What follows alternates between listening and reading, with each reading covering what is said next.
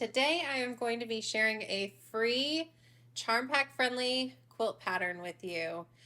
And this video is going to be part of a collab with Becca from the channel Sew Becca and Kris O'Neill from the channel Sew the Distance. So make sure you head down to the description of this video and click the links to their part of this collab. So what is this collab all about? I am so excited about it because we were challenged to make a quilt only using fabric from our stash.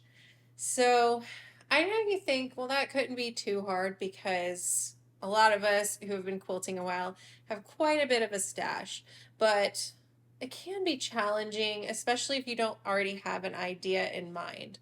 So what I decided to do was to head to my stash to see what has been hanging out for a while that I really need to use in a project. So let me show you part of what I came up with. So the first fabric I came across is this Kona Cotton Solids Radiant Rainbow. And I thought this definitely needs to get added into a quilt. It is fun and vibrant in all of the colors of the rainbow. So with this in mind, I started thinking, what can I do? And I'll show you what I came up with. So I've recently made this quilt and it was part of the Rebs Fab stash box, and it is the April Showers quilt pattern. And so you see here with all this rain under the cloud, I absolutely loved piecing this part. Now the whole quilt is absolutely gorgeous, but I thought this portion was so fun. So that was definitely my inspiration when I came across this charm pack. Now, obviously, my little half square triangles are going to be larger than those in that quilt, but I still think it'll be a lot of fun and be very cute. So I'm going to call this quilt Confetti Toss, and what you'll need for it is a charm pack that is nice and vibrant, or just fabric prints that you love. And then you're going to be pulling in some solid background fabrics. So you're going to start with the 42-inch prints and then add in some 42 5-inch matching solid backgrounds. And I'm going to do some different solids just to add some interest to this. So you're going to need at least 42 5-inch squares that will match up with this 5-inch charm pack, and then you'll add in 84 4.5-inch squares. So I'm just going to trim down some of these 5-inch squares to 4.5-inch squares after matching up all of the 42 with this pack to make the half square triangles.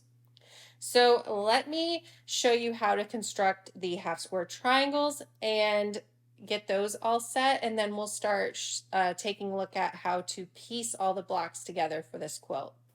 All right, so I have my rainbow of 5-inch squares as well as background squares.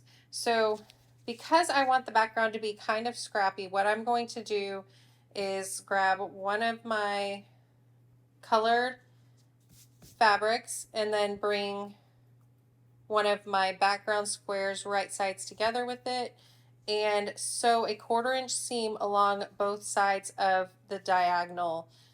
And then I'll grab one of my other pattern backgrounds and just alternate back and forth until I get through my whole stack of 42-inch squares.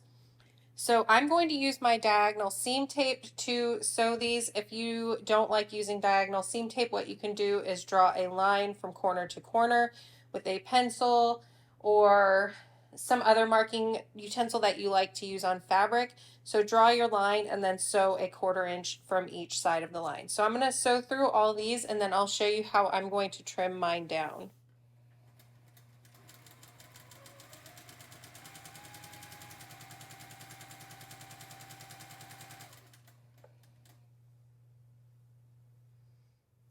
So when I'm sewing half square triangles, I really like to chain piece sewing one side of them.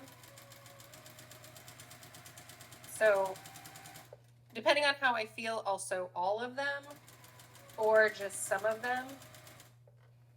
But I really like to get one side as many as I feel like doing in one sitting, and then keep them all chained together. And then after I sew one side of that chain all together, I will keep them connected and then turn them and sew the other side. And that side is so quick to sew because they're already all connected together.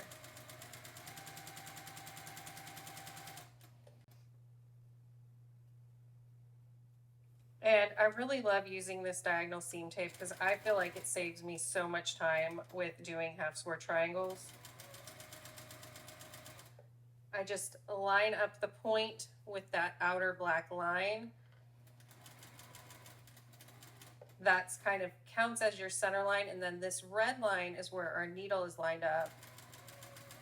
And as long as you keep that point lined up with that black line, you get a perfect line across there, getting you that half square triangle without having to take the time to draw a line across every single one of your squares.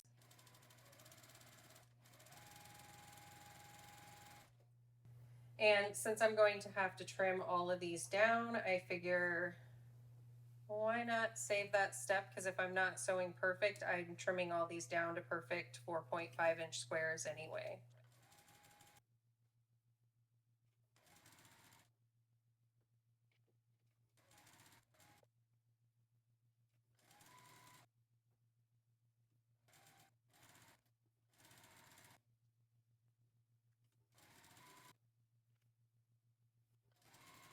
All right, so I obviously didn't sew all of them yet, but I am going to show you how nice and quick it is to sew in the other direction after you have all these chain pieces. So like I said, I'm not going to snip them apart yet. I'm just going to line up and sew going along the other side.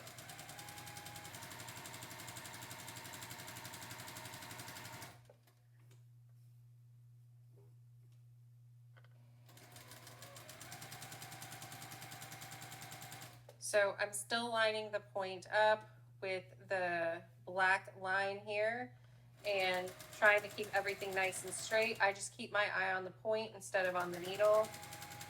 And then I can quickly sew across these. So I line the side of my presser foot, that's a 1/4-inch presser foot, up with the point up here. And then I keep an eye on the point down here, keeping an eye on that black line and keeping it lined up. And I think this works really, really well for quickly getting half square triangles sewn.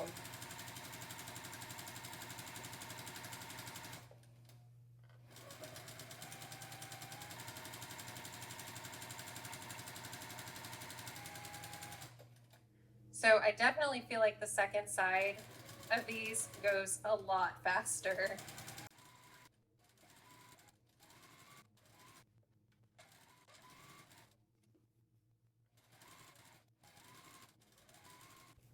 All right, if you like to chain piece, it is so nice to have a chain piece thread cutter because it really makes cutting these apart so much easier. There's different versions out there. There's ones that use your old rotary blades that are really nice as well. But these definitely come in handy if you like to chain piece. So I'm gonna take all of these apart and then I'm just gonna press them quickly just to make sure everything's nice and even before I cut them and trim them down. All right, so here is my 5-inch square sewn with a 1/4-inch seam along each side of the diagonal. I pressed it just to set everything, and now what I'm going to do is cut it in half along the diagonal.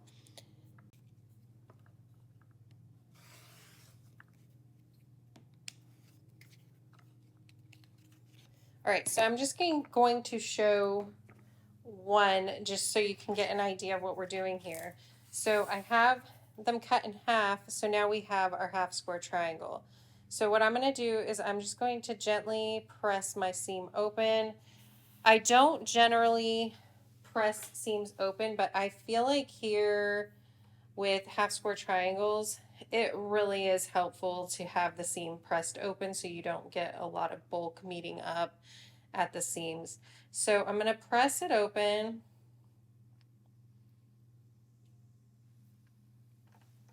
And since I'm not using starch because these are pre-cuts and I don't want them to shrink too much, I am going to put my clapper on them to really try and get a flat seam there. Without starch and without misting water and all that, it really, I feel like, is a little bit more challenging to get a nice flat seam. So hopefully my clapper can really help press that seam down really well.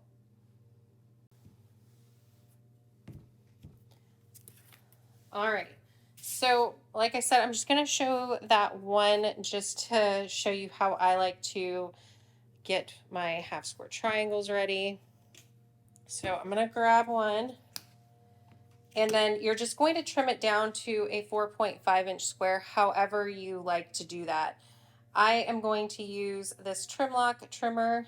Now, what I'm going to do is line up one of the diagonal lines along the seam here. And then I'm going to trim away.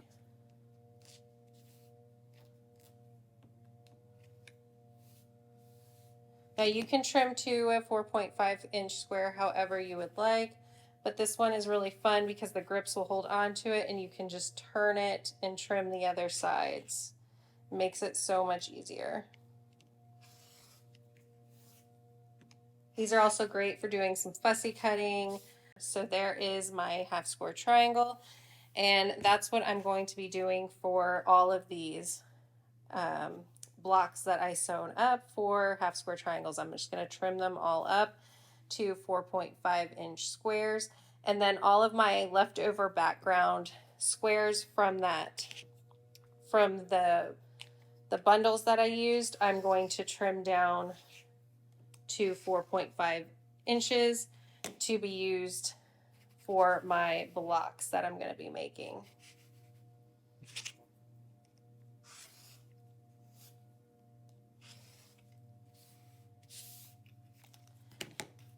So I'm going to get all of these trimmed up, and then all of my leftover background 5-inch squares trimmed to 4.5 inches. And the nice thing is if you have a 4.5-inch square like this, you can just do it a lot easier by putting it on here and trimming around it. So just put it on, twist, put it on, twist, and then you have your 4.5-inch square a lot easier. All right, so I'm going to get all the rest of my half square triangles done, and then I'll show you how to construct the block. All right, so after getting all of the half square triangles put together, we're going to bring together some blocks. So there's going to be 4 squares in a row, 4 by 4, so you're going to have 16 blocks that you're going to bring together. So what I like to do is just lay some of my fabric out in a way that I like it. So I'll just lay them out, and you're going to start with a half square triangle and then alternate with your solid blocks and just work in that method. And you can lay them out however you would like and move them around if you need to. I try to make sure I get some different colors and tones in each block just to mix things up. And I'm just trying to make this kind of scrappy. So, and you don't need to lay any of these out in any particular order. You know, just have fun with it. Just kind of make sure you're getting a nice mixture of all the colors that you have or all the patterns, and bring it all together. So you can keep messing around with the layout to make sure you have them turned in different ways and that you're happy with how it looks. And then you're just going to bring it over to the sewing machine and sew them together. What I like to do is sew my rows together. So I'll sew all four of these, you know, get the rows together, press it, and then I bring all of the rows together as well. So when I bring it all together, this is kind of how the back will look. So you can see my top row, all the seams are pressed in the same direction as well as the third row. And then my second and fourth row are all pressed in the opposite direction so that when I bring the seams together, they're all nested, meaning they're pointed in different directions so they lay a little bit flatter. So I'm going to sew together 9 blocks that are like this. And after I sew the 9 blocks together, I'm going to bring the entire quilt top together. All right, so after getting all of my blocks sewn together, I had 9 of them. I laid them out on my design board to see how I liked the way they looked. After I got a nice layout, I sewed all of those 9 blocks together. Since I had a few half square triangles left over, I decided to sew together 2 extra strips. Now, I sewed those strips onto the top row and the bottom row of this quilt just to add a little more length so it wasn't completely square. That's obviously very optional, but you'll notice from that the fun thing about this quilt is that you can just keep adding to the pattern to make it as large or as small as you would like. All right, so here is my finished quilt from the collab with Sew Becca and Sew the Distance. Be sure to go check out their videos. I really love how this quilt turned out. It's just a bunch of half square triangles sewn together however you are feeling they should be sewn, so there's no set pattern to it. I think you'll really love making this quilt, and I would love for you to let me know if you plan to in the comments. Go to the description of this video to go check out their videos. I think you'll really love seeing the quilts that they worked on too. All right, thanks so much for watching, and I'll see you in the next video. Bye.